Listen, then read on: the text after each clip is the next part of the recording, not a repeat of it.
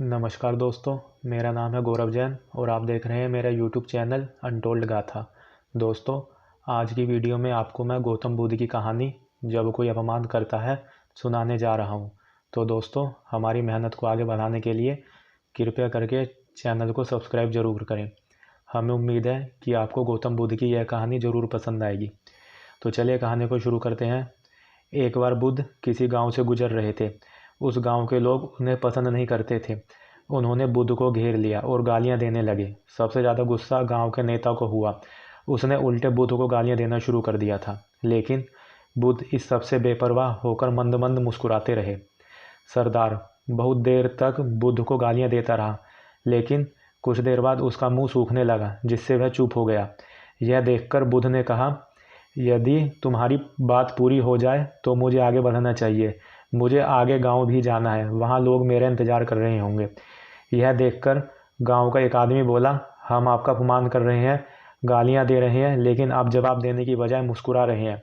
आप इस पर क्रोधित क्यों नहीं हो रहे हैं? बुद्ध ने कहा, बच्चे, तुम्हें आने में थोड़ी देर हो गई। 10 साल पहले आते तो मज़ा आता, क्योंकि 10 साल पहले मैं भी तुम्हारे जैसा था। यदि उस समय तुम्हें मेरे बारे में बुरा बोलते या मुझे गाली देते तो मैं भी क्रोधित हो जाता।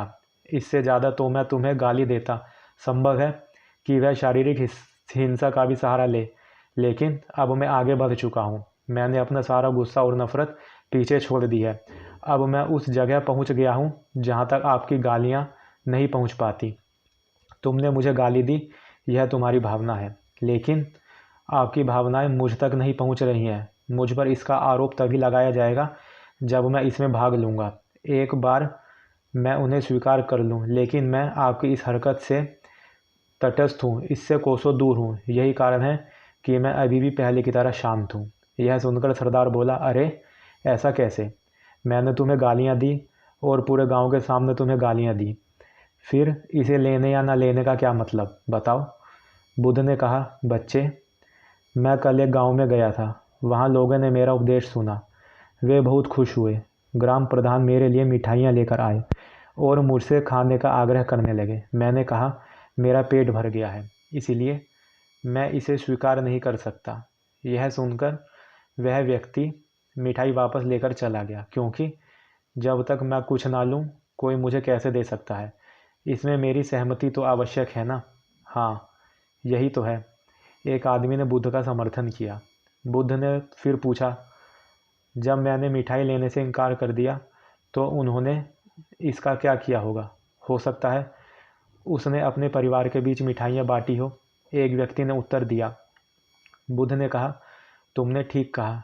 ठीक उसी मिठाई की तरह तुम मेरे लिए गालियाँ लेकर आए हो और चाहते हो कि मैं उन्हें स्वीकार कर लूँ।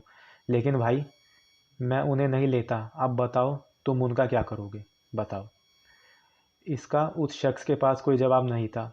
बुद्ध ने फिर कहा, मुझे तुम पर दया आती है बच्चे। अरे, मुझे तो गुस्सा तभी आएगा जब मुझे गालियाँ मिलेंगी, और जब मैं गालियाँ नहीं खाता तो क्रोध का प्रश्न ही नहीं उठता। सरदार ने बुद्ध की बात पर कोई प्रतिक्रिया नहीं दी। शायद वह कुछ सोच रहा था। बुद्ध ने कहा, मैं अपनी आंखों से देखता हूँ कि गाली एक कांटा है जो देने वाले और लेने वाले दोनों को क्रोध से पागल कर देती है। तो फिर तुम ही बताओ, मैं आंखों से भी कांटों पर कैसे चल सकता हूँ? आंखें रहते हुए मैं गालियाँ कैसे खा सकता हूँ? और होश में रहते हुए मैं क्रोध कैसे कर सकता हूँ? अतः मुझे क्षमा कर दो बच्चे, मैं तुम्हारा उपहार स्वीकार करने में असमर्थ हूँ। इतना कहकर बुद्ध ने हाथ जोड़ दिए। बुद्ध की बात सुनकर सरदार लज्जित हो गया।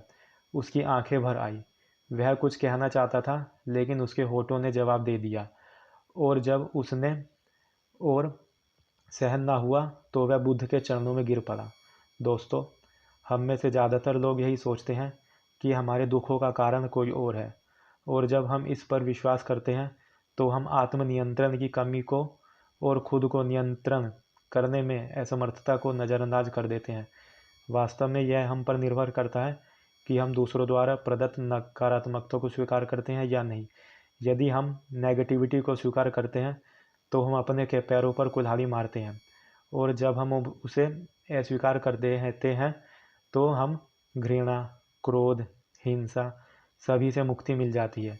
दोस्तों, हम आशा करते हैं कि आपको यह बुद्ध की कहानी जब कोई अपमान करता है पसंद आई होगी। दोस्तों, हम आपसे फिर मिलेंगे ऐसे ही रोचक और उपयोगी कहानी के साथ। तब तक जहां आप हो खुश रहें और खुशियां बांटते रहें। धन्यवाद।